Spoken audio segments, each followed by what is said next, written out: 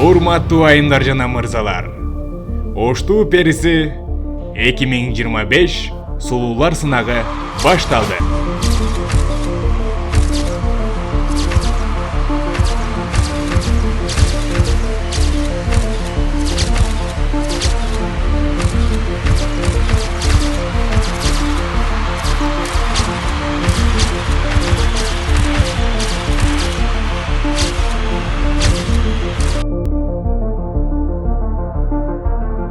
Оштуу периси 2025 сулуулар сынагы башталды.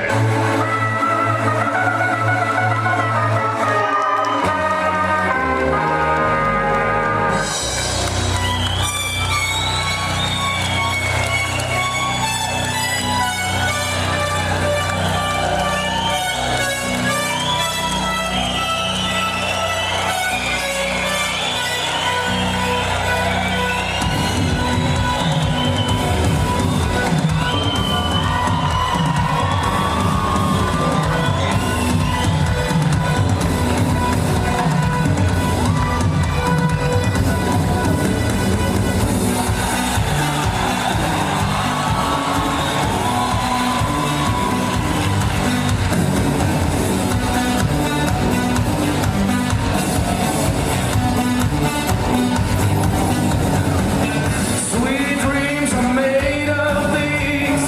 Who am I to disagree? I travel the world and the seven seas. Everybody's looking for something. Someone that wants to use you. Someone that wants to get used by you. Someone that wants to abuse you. Someone that wants to beat up you.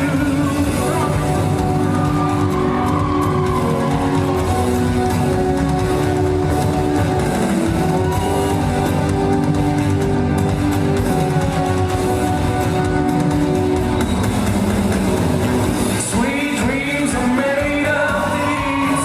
Who am I to disagree? I travel the world and the seven seas. Everybody's looking for something. Someone that wants to use you. Someone that wants to get used by you. Someone that wants to abuse you. Someone that wants to beat up you.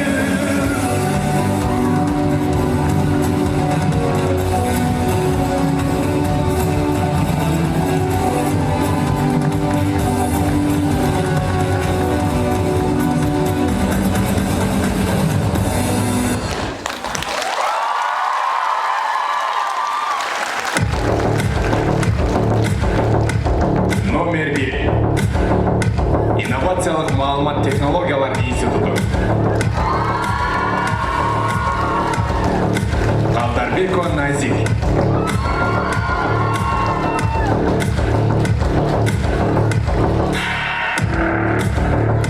Номер 2. Архитектура жана курулуш институту.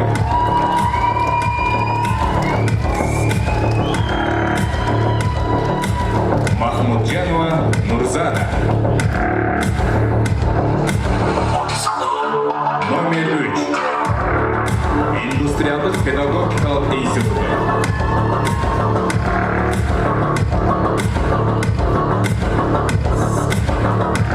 Эркинова Акмарал. Номер 4. Өзгөн институту.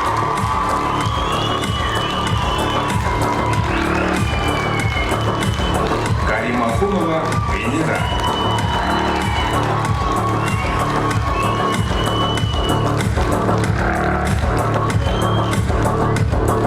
Номер 5. Технология жана жараткычтык пайдалануу институту.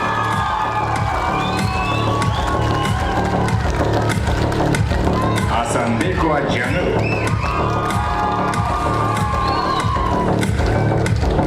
Номер 6. Экономика жана башкаруу институту.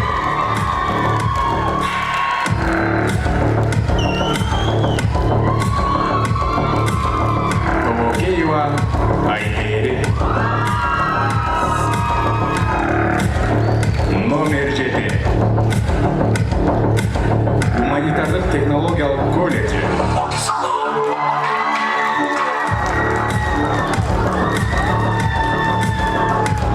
Аманова Муслима.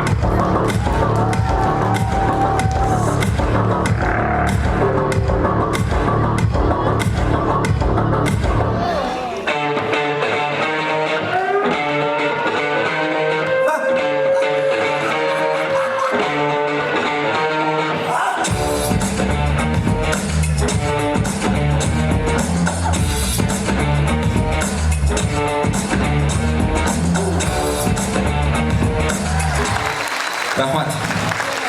Қыздар шыққанда қол шаптыңыздар, мен шыққанда да бір қол шап. Қолдар шыққандар ағайын. Рахмат. Саламатсыздар бе? Құтпанды Оғышуға күніңіздер мен Нұрматты Оғыш технологиялық университеттің жалпы жаматы, студент достар, бізден мұғалімдер, жана ошондой эле бізден жалпы Ош шаарыбыздын коноктору. Барыңыздарды Ошту бериси 2025 кароо сынагына салтанаттуу түрдө кош келипсиздер деп койго уруксат этиңиздер.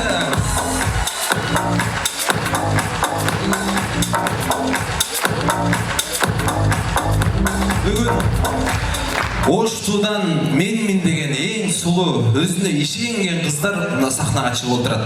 Бұл сахнаға шығыш дагы өзүнчө бир эрдик да.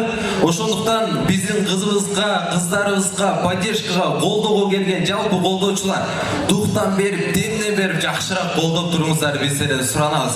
Дал ушул сахнада отурган кыздарыбызга колдоо иретинде күч-кубат болсун деп катуу кол чаап сахна артына узаталы.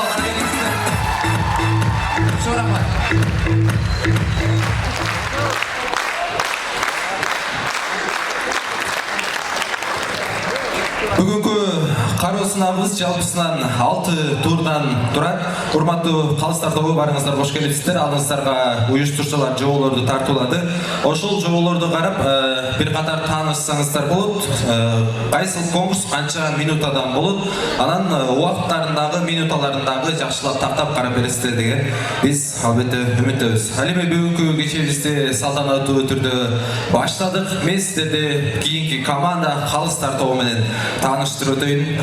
Калыстар тобу биринчи ошол Кыргыз Республикасынын эмгек сиңирген артисткасы, биздин таланттуу айымыбыз, белгилүү эстрада ырчы айым Самара Каримова.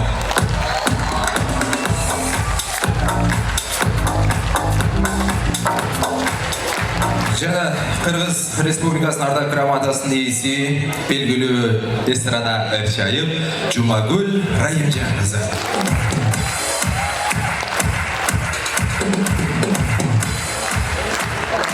Ош шаардык маданият башкармалыгынын башчы адиси Алмаматов Илимбек.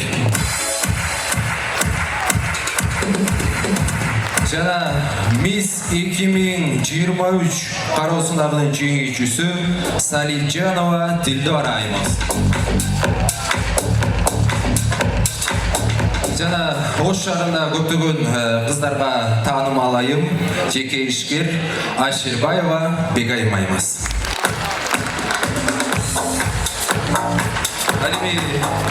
Эсептөөчү комиссияда бүгүн Абдикаримова Барчина айымыбыз отурат, жаштар комитетинин кыздар кеңешинин төрайымы. Номер 1 инновациялык маалыматтык технологиялар институту Калдарбекова Назик айымыбызды саламдашуу конкурсу менен сахнага чакырабыз.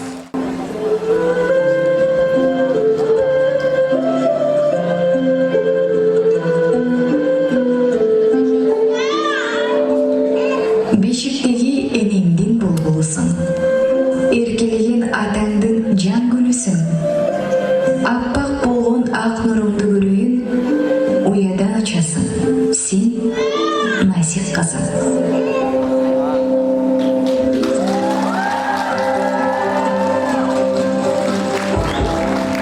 Салам айтам, сан жыралуу кыргызым, саламдашкан мен кыргыздын кызымын, саламымды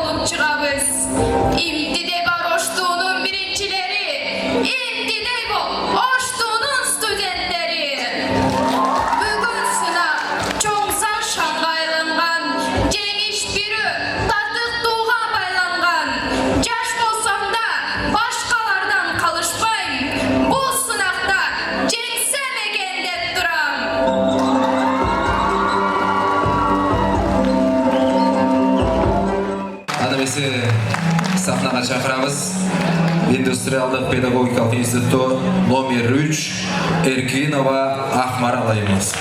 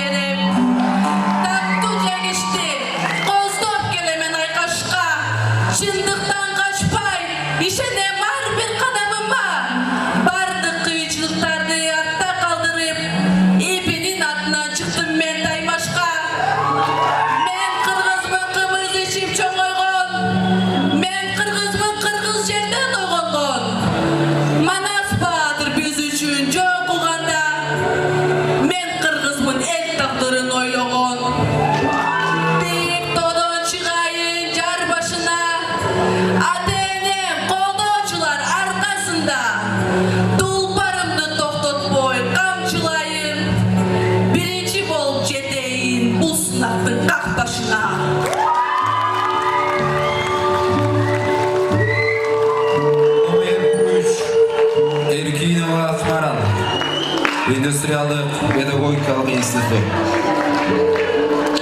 Сахнаға номер 4 қатысушы Өзгін институты. Каримахонова Венера.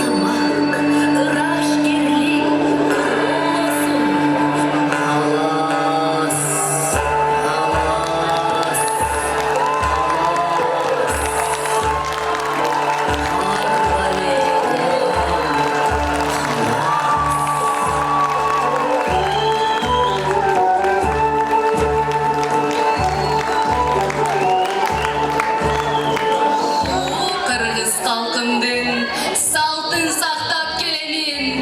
Мында отырған жалпына иіліп салам беремін. Амандықты тілеймін бейлікенен еліме, тыныштықты мен қалаймын құттарған жеріме. Айтпасам өмір баяным тура болбой қалабы, таныштырам өзімді сынақтың ұшындай талабы. Қылымдарды қарытқан өзгөн деген жерден мен, еңбегінен танылған батырлар шыққан елден мен. Марс қызы Венера, Каримахунова боламын, бұйырса июль айында 18-ге толамын. Қарақылды қақчарған қалыстарды сыйлаймын, бұл сынақта мен бүгін билеймін да ырдаймын. Ата-аңдаштар сілерге игілік қалайын сынақта, өнеріңді көрсетіп қиындығың раста. Құрман жандатқа еленбей, қызмат қылам еліме, экономика жаатында салым бошом жеріме. Табиғаттың қырсығы жерімде тақыр болбосын, достық тыныштық ынтымақ елімде дайым орносын. Қыдыр ата жылы олып, бабам манас қолдосын.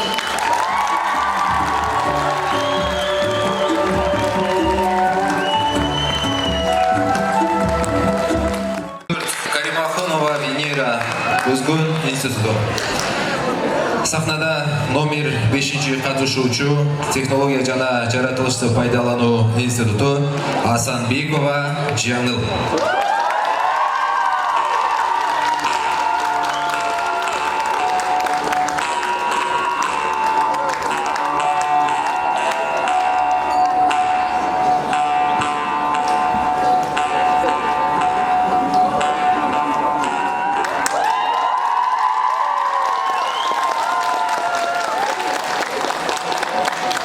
Жүрегімді туйлаған қырғыз қаны, өзегімді ойнаған қырғыз жаны, төрөлгөнді оозаңа манас менен, айтып кердім ордого салам менен.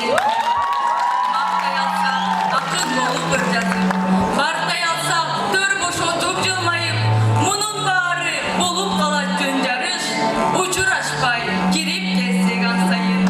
Ошондуктан таазим етип сиздерге ыстык салам барыңыздарга айтайын. Киченемден куучакка көйнөктөгү ойнодум, кыялымда өзүмдү дизайнерди ойлодум. Окуу жайым 62-ге толгон жашым, технологиялык университет деп сен аталдың. Көптөгөн студенттерге билим берип, жаштардын келечегин кенен ачтың. Сенден чыккан канча улуу инсан бар, сенден чыккан билимдүү жаш туугандар, сенден чыккан спортчулар уул кыздар, сенден чыккан билимдүү жаш муундар. Мен Асанбекова Жаңыл, ойноп күлөр убагым, 18 жашта курагым, студенттик жашоодо жашап жаткан убагым. Кыялымды максат кылып деп кармап, ишке ашып калуусуна чеп кармап, мына бүгүн жетип турам кыялга, ички дүйнөм сезимдерим кубаттап. Ушунчалык ардактаймын кесибим, ушул жерде турганыма рахмат. Институттун атынан чыгып турган убагым, өзүмдүн эмес, институттун жеңишин Кудайдан мен сурайын. Берсе эгер бул жеңишти тартуулап, мындан ары Оштунун намысындай турайын.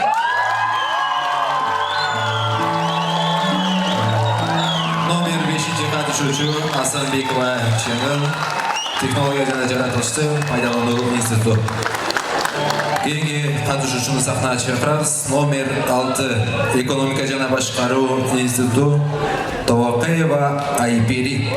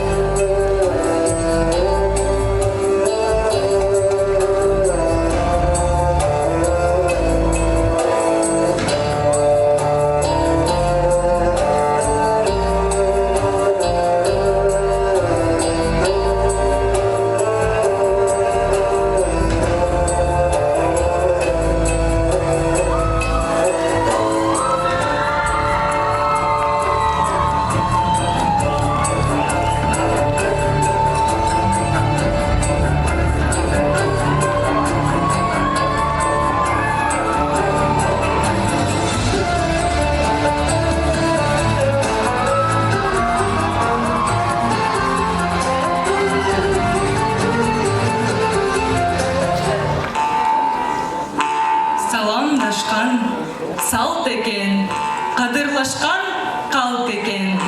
Каадалуу кыргыз дүйнөсүндө каарылар кадыр бар экен. Андай айтайын саламды, атпай кыргыз аманбы? Салам айтам Алатоолу калкыма, салам айтам колдоп келип залда отурган жалпыңа. Бул жер шаарын айлансаң да таппаган, башымды ийип таазим кылам элимдин каада салтыңа. Кудайдан тилейм кадырлуу өлкөм, дайыма сенин эртеңиң, аракет кылып талпынам алга, тийсе деп сага керегим. Алдыга чыгып ырымды окуп көрүүчү анда сиздерге, тыңдаңыз, азда болсо өзүмдү айта кетейин. Сүйсө экен деп чын дилден кызым эл жерин, батасын берип бар болсун деп эртеңи, айдай сулуу болсун деген үмүттө ата энем койгон атымды менин Айпери. Россиянын жеринде, Якутиянын элинде мен жарыка келгенмин. Кан Манастын тукуму кайраттанып жүрө албай кыргызыма келгенмин. Даккаларым жердеген, даттуу кыргыз жерденмин. Окуу жайым келечектин башаты, оштум илимдердин жарышы, экономика институтум тирегим, бухгалтердик басар жолум кесибим. Төрөлүп өсүп окусам да чет элде, ойлорум дайым талпынып учкан мекенге, аракет кылып умтулам улам алдыга. Мекеним, элим, баркыңа сенин жетерге.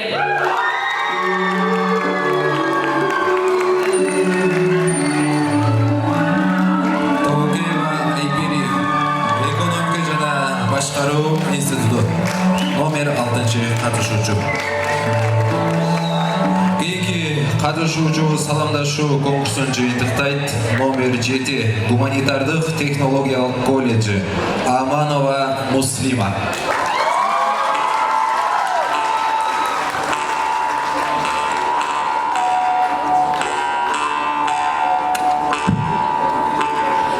Менин атым Муслима, мусулман кыз чыныгы, келдим ноокат жеринен, билим кенен казуу үчүн калага. Уят кылбайм эч качан, уркуянын урпагын, эзелтеден келаткан, энелер сөзү көдөндө. Кызымын кыргыз намыстуу, аруу тунук абийирдүү, кызматым менен жаксам дейм, ооматтуу кыргыз өлкөмө. Сүйүктүү окуу жайымда, билим алам оштууда, кесибим сонун котормо, дүйнөгө берген жолдомо. Биленге эли бериле, бийиктик улуу сезимге, багытын тапкан бактылуу, кызыңар бүгүн айтылуу. Билимден тапкан рахат, бар күчүмдү жумшайм кесипке, колдоп сүрөп турсаңар, маарга жетем биринчи. Баракелде Муслима десеңер, бар күчүмдү жумшайм илимге.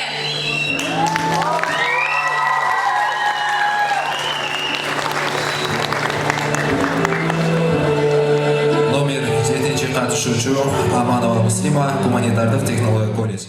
Тосуп алыңыздар.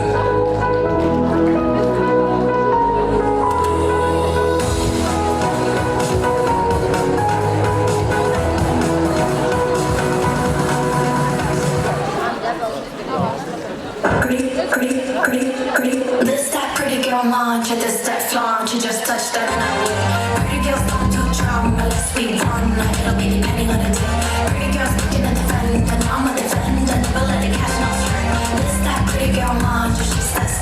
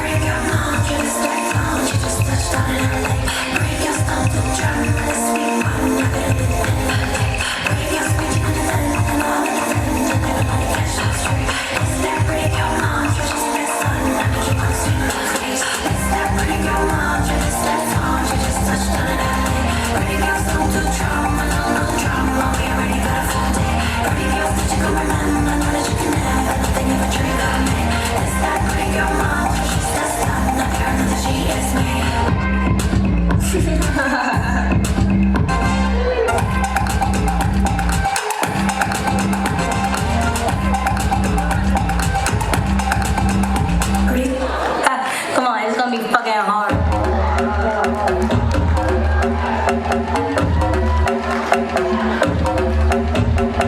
Special edition and your AI couldn't copy. I'm leaving clues in the fitting room and it's hot tea. No, I'm not thinking about no exes, no, they miss me. I got the whole world spinning like a fantasy. Tell the bars, take it to the chorus. Ooh, what about the Jimmy? Keep your head down, that's not like Jimmy. I start them off since like Jimmy. Like Jimmy. Think I really like Jimmy. Haters that I really like Jimmy. Cause I can never ever be Jimmy. But have you ever met?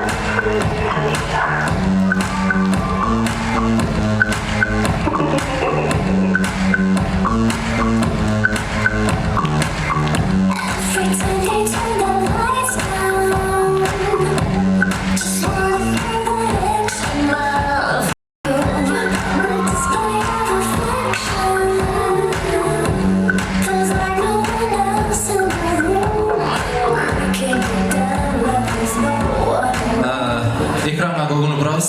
Бул жерде код турат. Интернетиңер иштеген телефон аласыздар. Интернетти жакшы иштеш керек.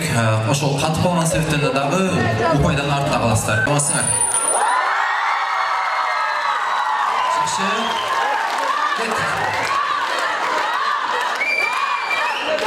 Кыздын уяты деген макалдын мааниси кыргызда.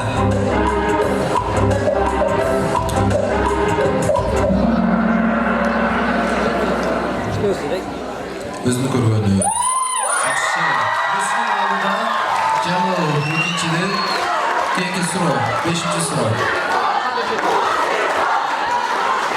Ош технология университетинин дареги кандай?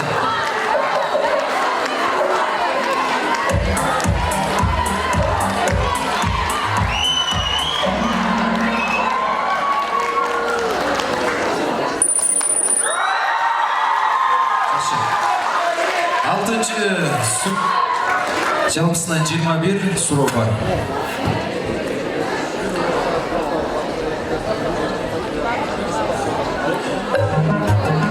Эгер бир уячага бир топ басса, эки уячага эки топ басса, 4 уячага канча топ батат? 4. 7 адам тура жооп берген.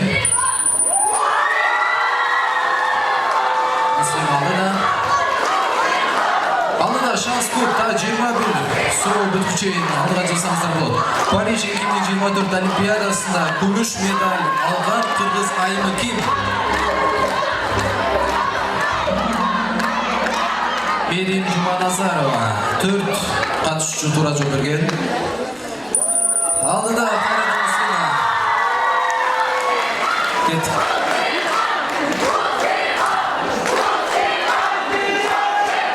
сайраган жайкы булбул гүлдүн көркү аталы улан тутулат.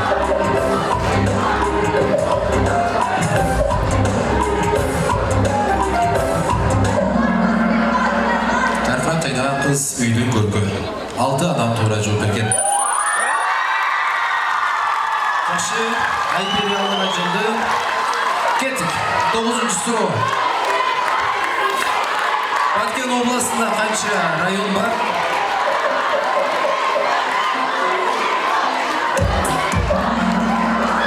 3. Жакшы, баары билет.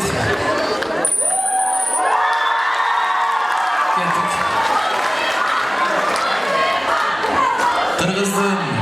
Кыздын жолу эне көрсөтөт деген макалы кандай мааниде? Кыздын жолун эне көрсөтөт.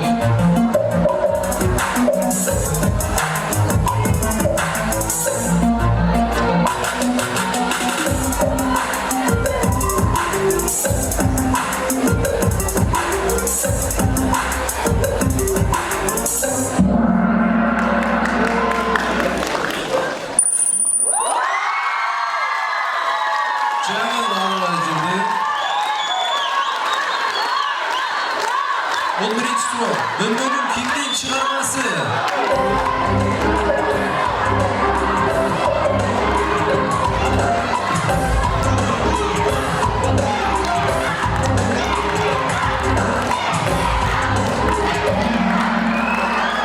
Арба Алыкулов.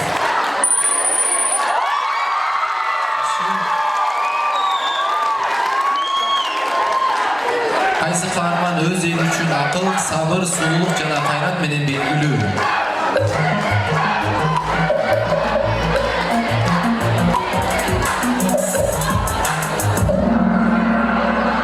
Баары туура. 5 катышуу туура жооп берген. Ilk soru Cemil Kaya'nın altında 12. soru bitti 13. soru. Bu bir sıra Beşanaliyeva kim oldu? Valerina Malsı 7 katıştan tura жооп берген. Aldıda Kaya'dan Cemil. Bu 4. soru. Bu kim? Süret çıkardı.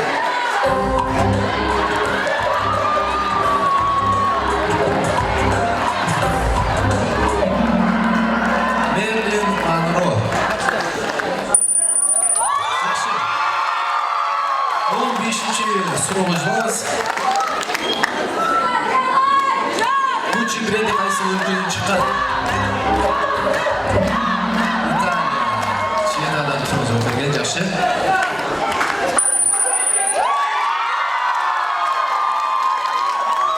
Кеттик. 16. суроо.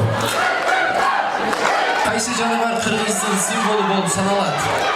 Кыргызстандын символу. Элбирс.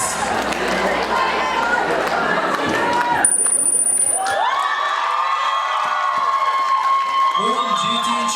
суроо. Алдыда саналуу суроолор. Мария Кури канча жолу Нобель сыйлыгына тартылган?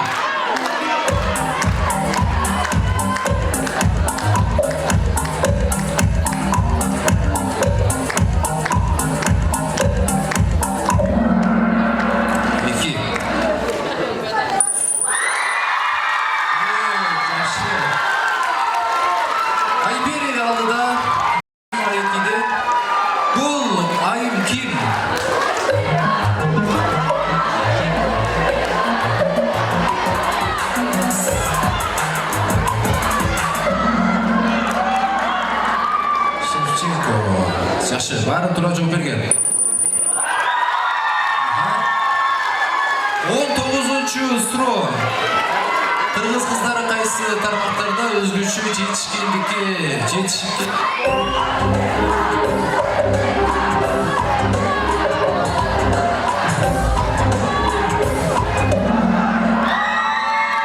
спорт или маданият?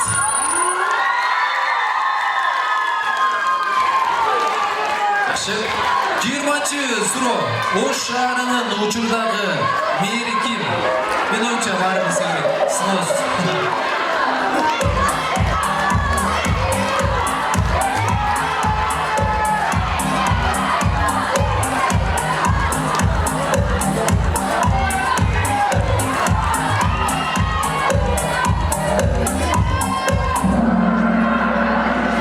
Жеңишбек Токторбаев.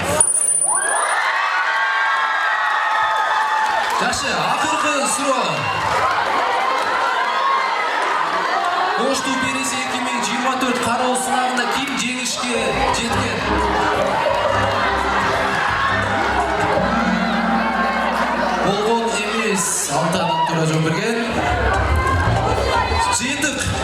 Üçüncü orun. Canı. İkinci orun. Enderi. Bir.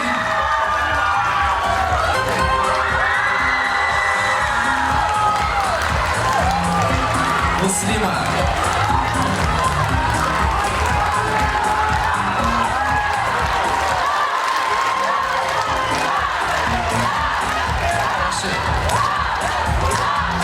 Nazik Jana Venera.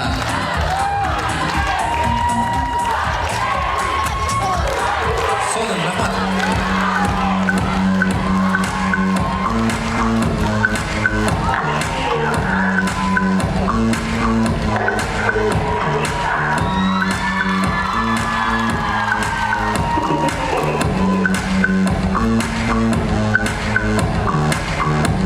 Pretending to know what it's Қалыстырды бейші жігіттері жана қыздары.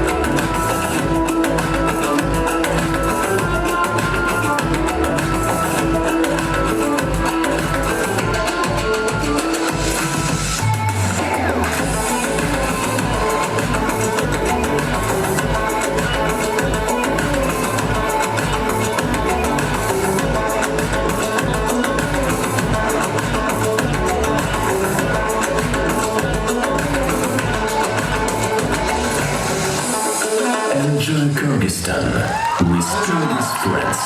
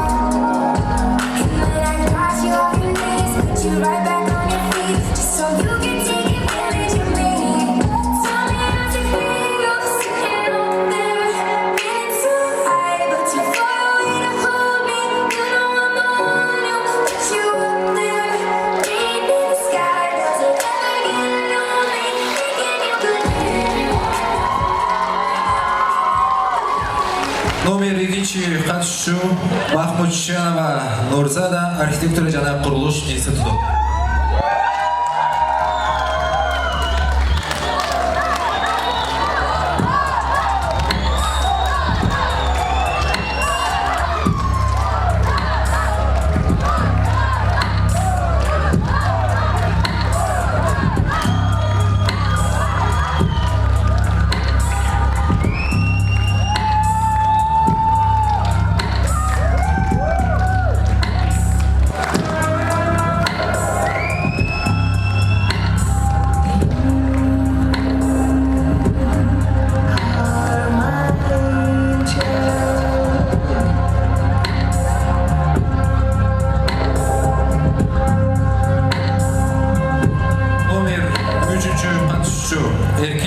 Ақмарал индустриялық педагогикалық институт.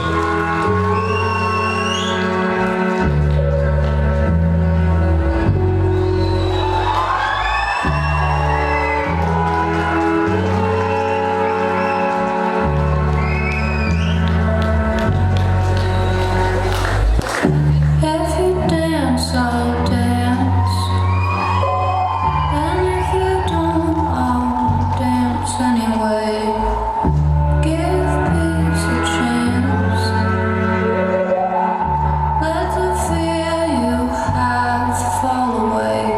I've got my eye on you. I've got my eye on you. Say yes to heaven. Say yes to me. Say yes to Номер 4 қатысушы Каримахунова Венера, Өзгөн институт.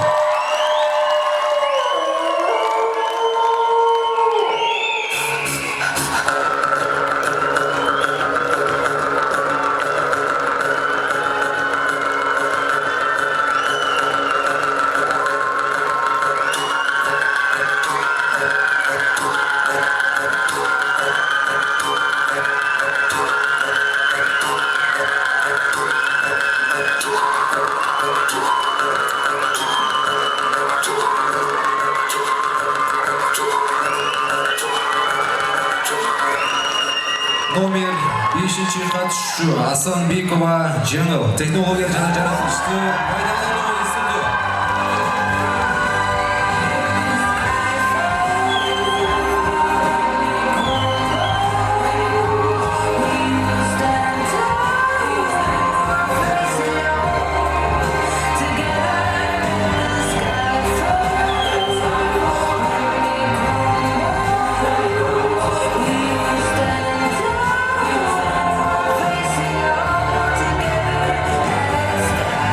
Номер 6 қатысушы Токиева Айперия, экономика және басқару институты.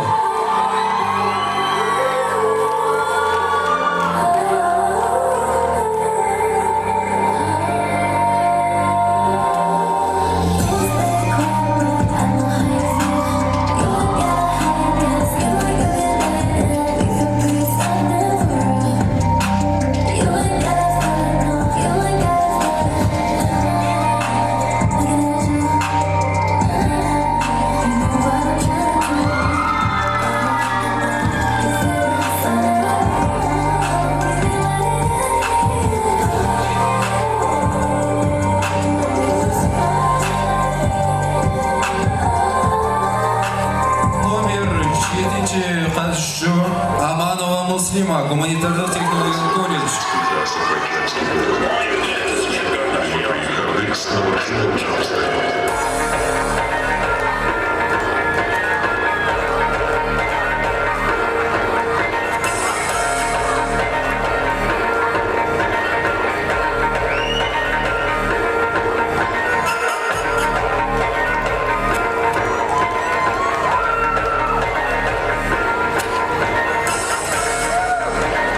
Қатысушыларымыздың образдары жаққан болса бір қол шыға қойыңыздаршы. Қандай сол образдары?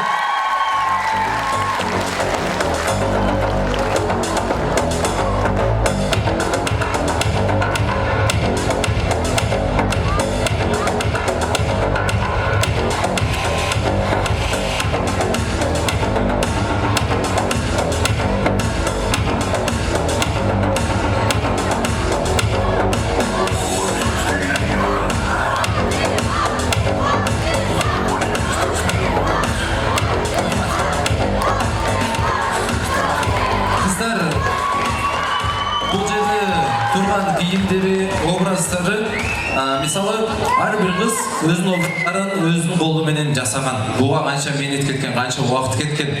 Мына үшін нәрсені балаш керек. Өзгөчө сол образдар жаратышыптыр. Бұндан ары-дағы шығармашылықтарға албетте игілік қалайлы. Бар боласыздар, қыздар. Иншалла.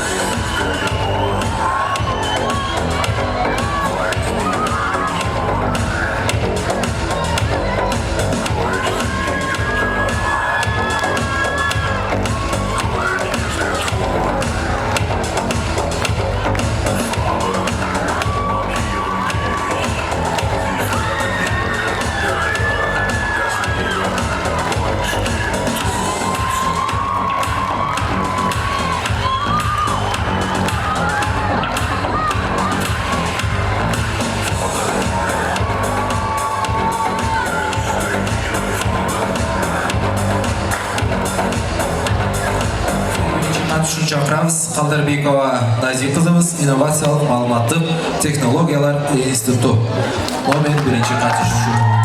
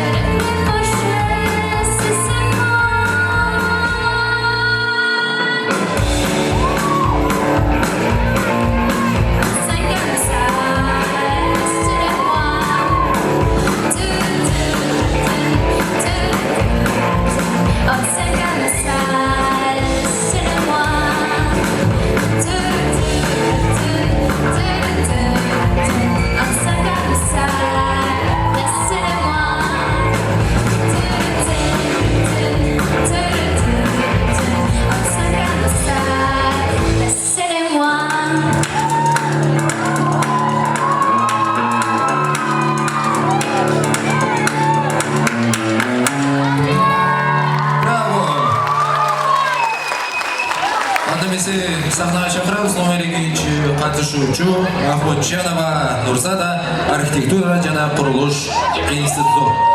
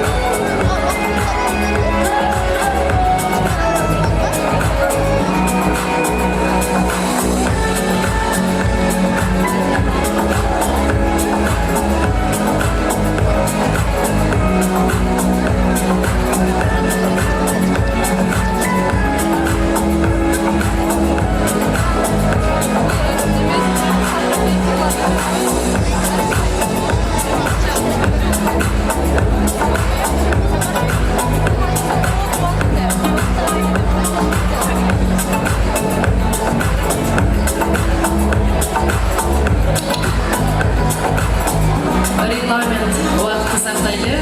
Бізге берілген уақыт 5 минутта, бірақ біз кішкене қоштық. Уақытты регламент. Уақыт Әрбір қызға 5 минуттың ашпасын деп жазылғанда. Жауабы көрсетілген 5 минуттан ашпасын деп. Ошондуктан уақытты сактайлы, урматтуу катышуучулар. Кийинки катышуучуларга да бул эскертүү.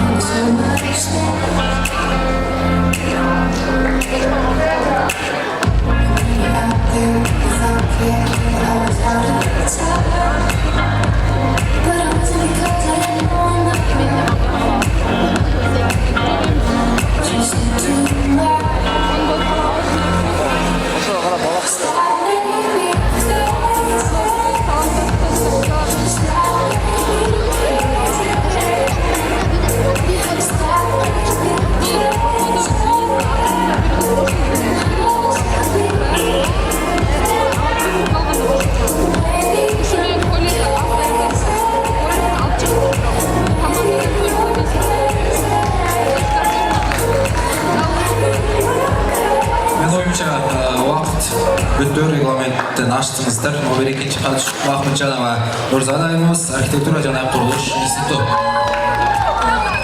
Мира көтөрүп койсо, картинканы көрбөй калды. Көтөрүңүз, Мира көтөрүп койсоңуз.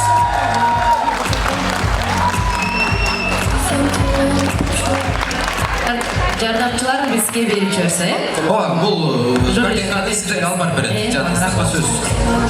Ана биз сахнага номер 3-чү катышуучуну чакырабыз. Урматтуу катышуучулар, регламент сактаңыздар. Убакыттан эгерде регламент сактабасаңыздар, упайлар кыскартылат. Номер 3-чү катышуучу Эркинова Ахмарал индустриалдык педагогикалык институтун сахнага чакырабыз.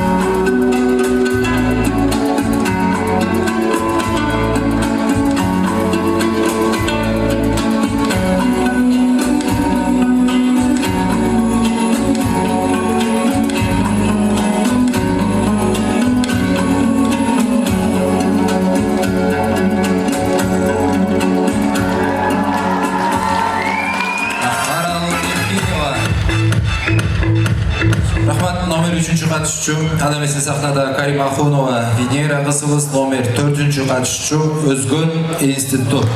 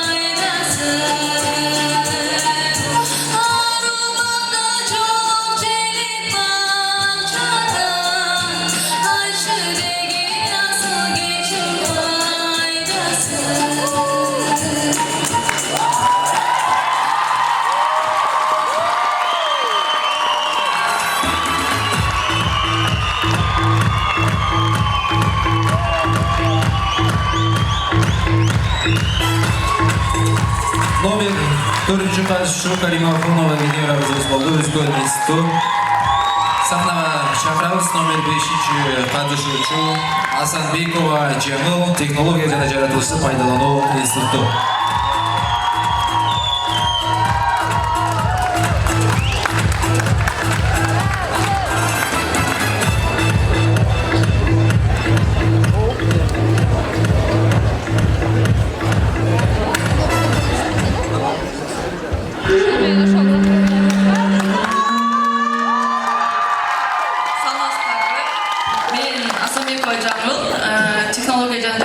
Пайдалану институту.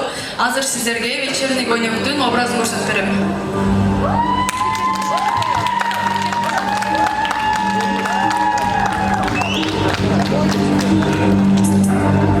Boca.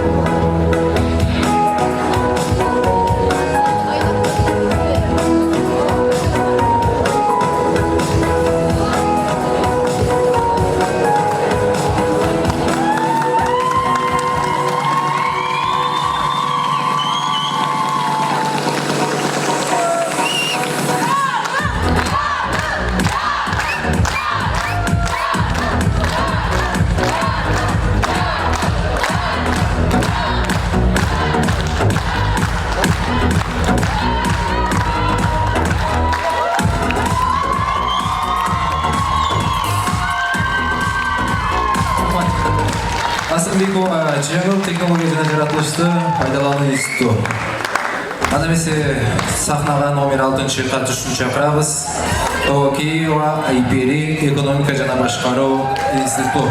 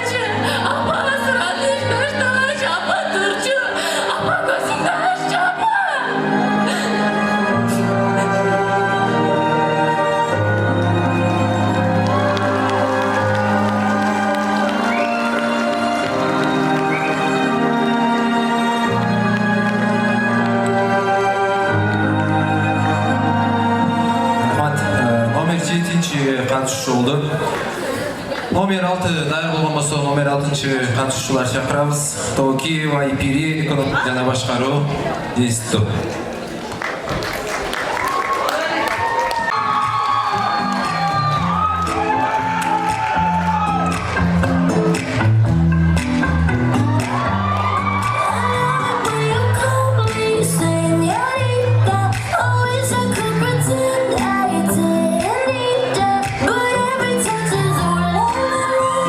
It's true, oh, I should be running.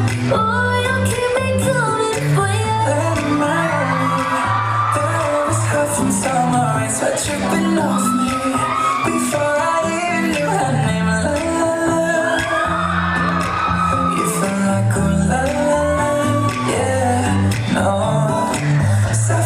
the moonlight. We danced for hours in the sweet tequila sunrise. Her body fit right in my hands like la la. You feel like a la la la.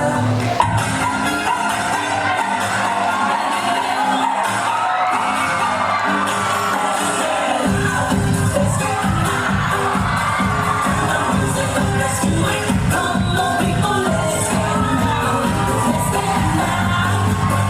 Everybody, tell me what you gotta do.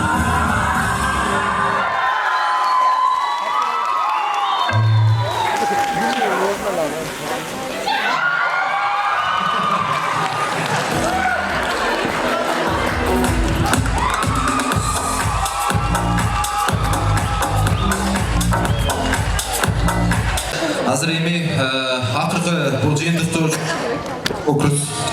конкурс. Азыр биз жалпы айымдарыбызды, кыздарыбызды вечерний стиль кечки образ менен сахнабызга чакырабыз. Көңүл буруңуздар. Биздин жалпы кыздар, суулар.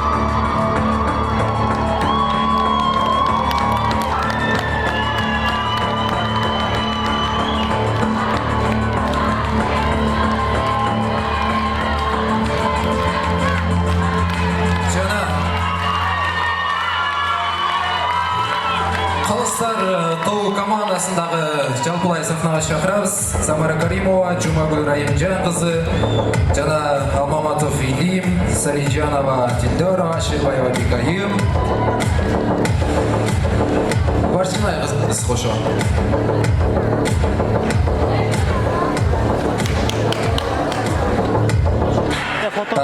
Жана Ош технологиялык университетинин тарбиячилери жана социалдык өнүктүрүү департаментинин директору Ыдырысов Рамис Жумабекович агайыбызды дагы чакырып алабыз.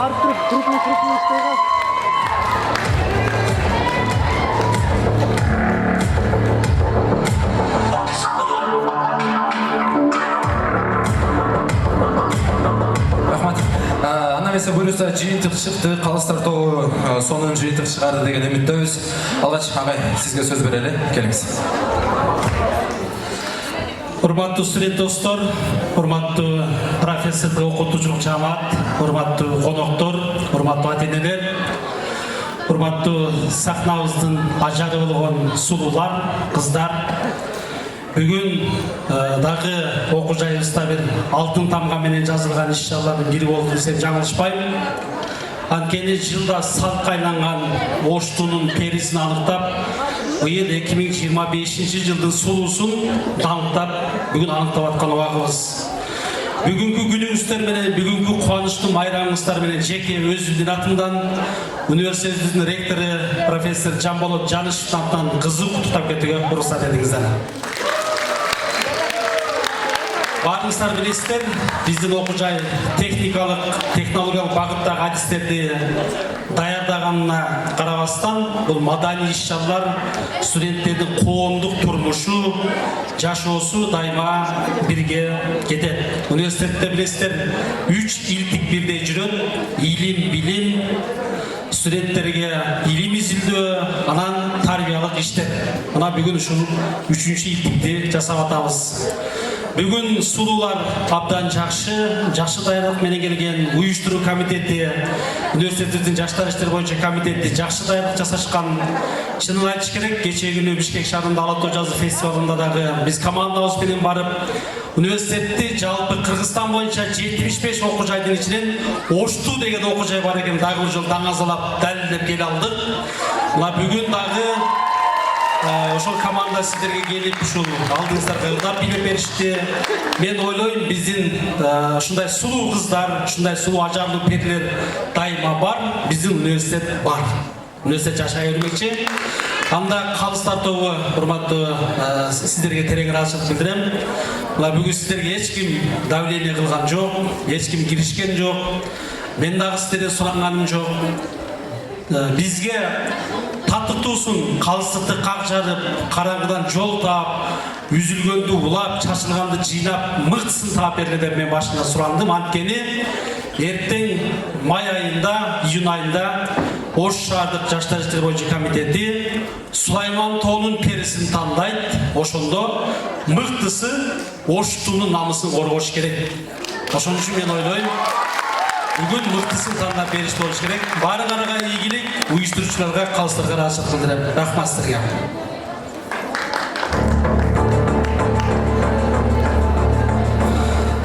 Мына жерде бир университетибиздин ректорубуздун атайын ыраазычылык ардак баракчалар бар экен. Бүгүн иш-чарабызга бир канча жеке ишкерлер спонсорлук кылган. Алардын катарында Ошту периси 2025 каруу сынагын өткөрүүгө колдоо көрсөтүп, жаштардын өнүгүүсүнө, маданий мурастардын жанданышына жана чыгармачылыктын гүлдөшүнө кошкон баа четкис салымы үчүн дейт, Алиев Бактияр Оштунун ардак грамотасы менен сыйланат. Оштунун ректору профессор Жамболот Турсунбаев.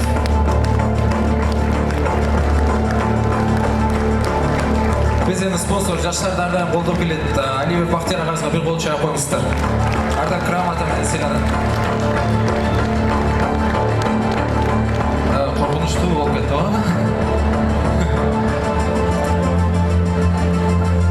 Анда эмесе узактан ортодон сүрөткө түшөсүздөр, сүрөткө түшүңүздөр. Азыр уюштуруучу топ Ош технологиялык университетинин жаштар комитети, ошол жаштар комитетинин алгач перилери белдеске қатысушыларыңызға белектер бар. Ошол белектерден биринчи тапшырып алалы. Жаштар комитети команда белектерди алып чыгыңыздар. Тапшыралы.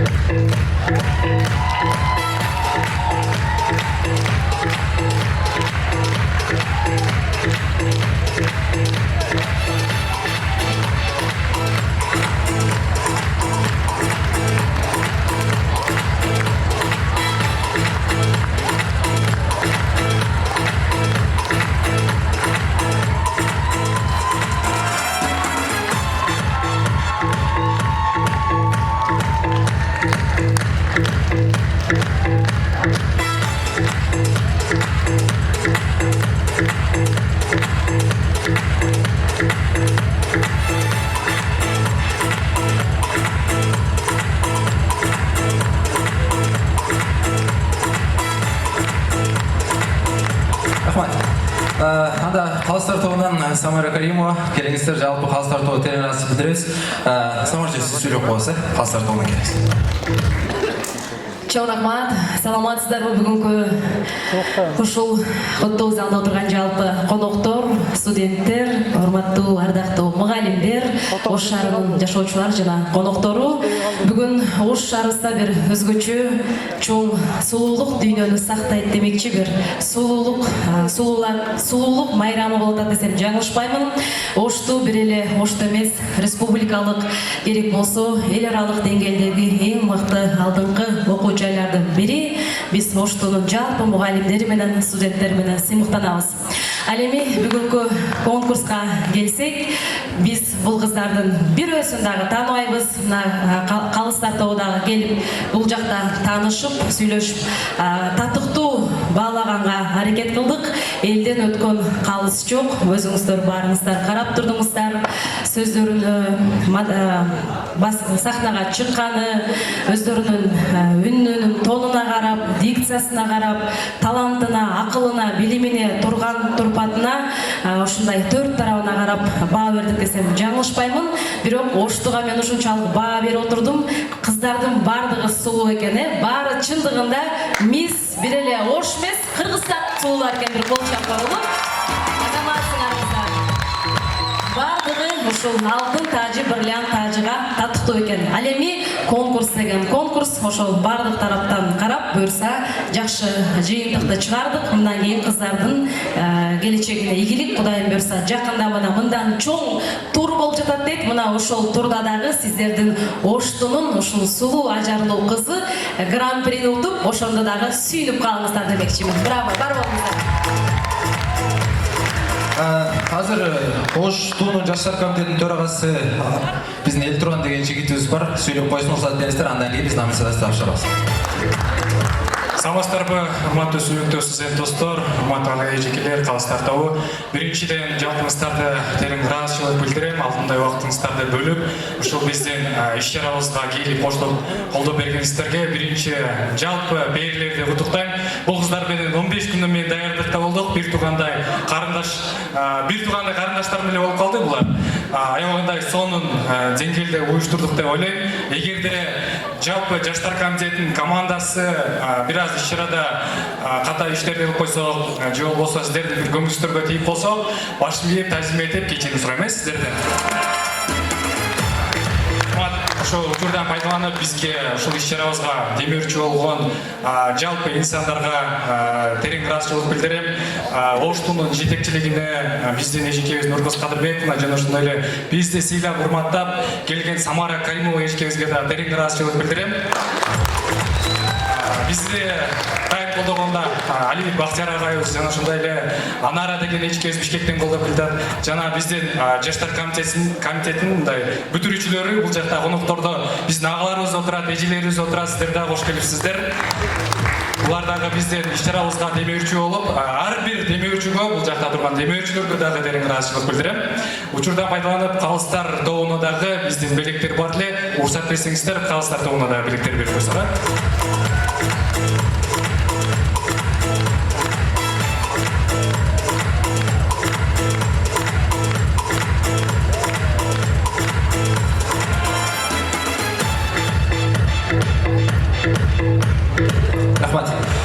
уюштурушта бар болгула, аябай мыкты уюштурупсуңар, терең ыраазычылык билдиребиз силерге дагы.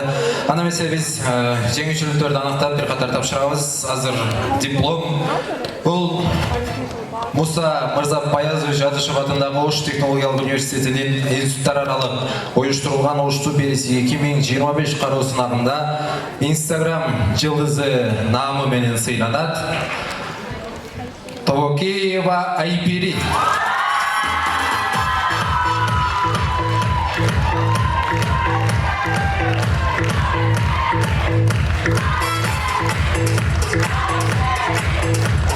Жана акчалай сыйлык.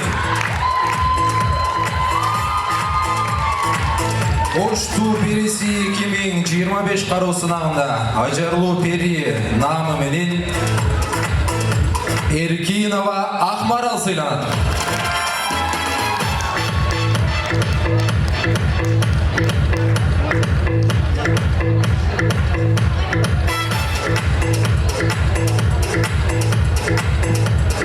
Ошончо акчалай сыйлык. Ошту бериси 2025 кароо сынагында интеллектуалдуу Пери наамы менен Услима Аманова сыйланат.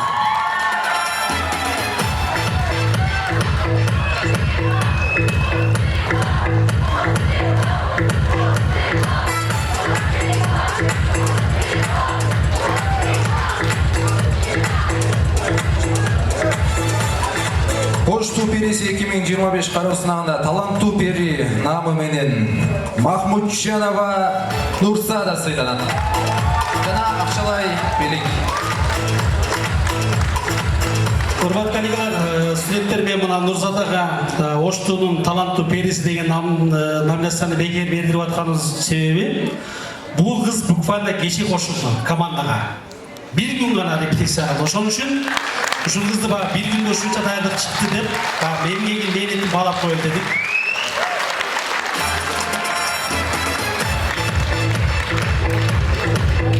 Рахмат, бир күндө мындай даражадандык негизи кыйын. Диплом 3-чү даражадагы диплом менен сыйланат. Ошту бериси 2025 кароо сынагында 3-чү орунду ээлегендиги үчүн Калдарбекова Насик сыйланат.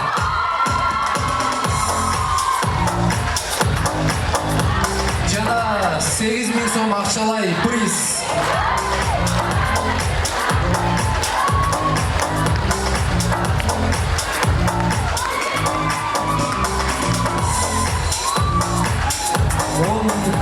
Он 1000 сом акчалай приз. Экинчи орунду ээлегендиги үчүн Азамбекова Жана сыйланат.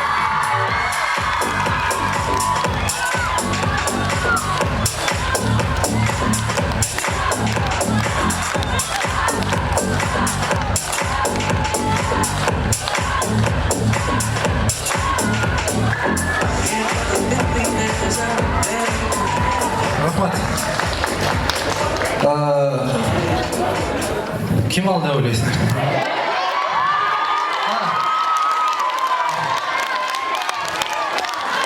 Бирок 15 000 сом акчалай приз бар экен да, ошондо кимге акча керек деп эле. Ким алды дейсиңер?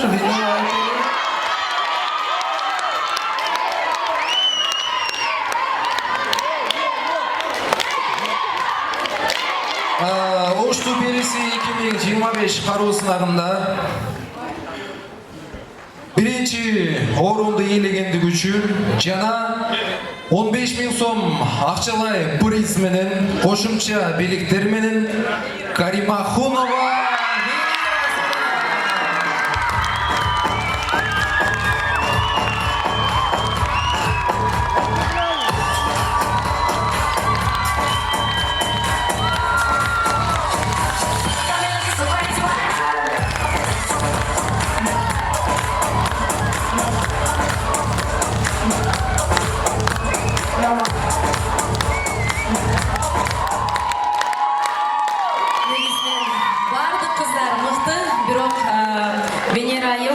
оркестр менен ырдаш кыйын, таланты чындыгында мыкты, сопрано үнү менен баарыбыздын жүрөгүбүздөн орун алды. Бул белек ручная работа лично менин атымдан. Менен айым кабыл алсын, жашоосу ушундай чоң океанда эч качан жолун жоготпогон, биз сыймыктанган Кыргыздын чыган кыздарынан болсун. Бул кичинекей болсо да ручная работа, кабыл алып коеюн.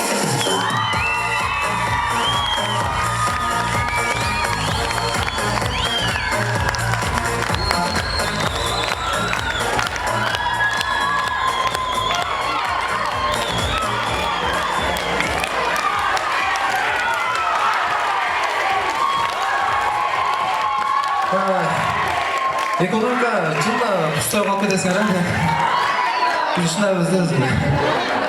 О, 4 жылга чыкчу эле чарчап калат негизи. Ошого фигурный кыздар көп да.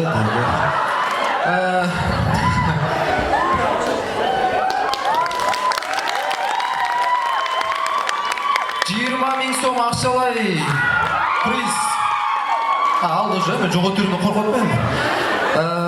Ошту Берес 2025 кароо сынагында жеңүүчү аталып, Гран-принин ээси Токиева Айбери.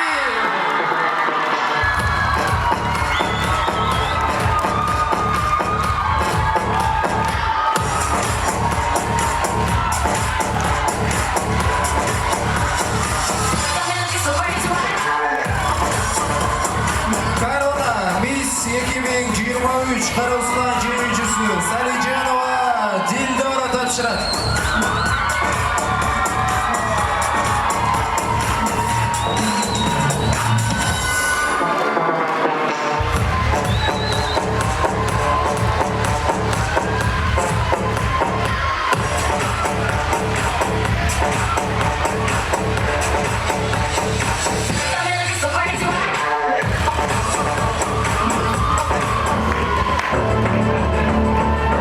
Жеңүүчүлөр баарын куттуктайбыз. Кана келиңиздер эми.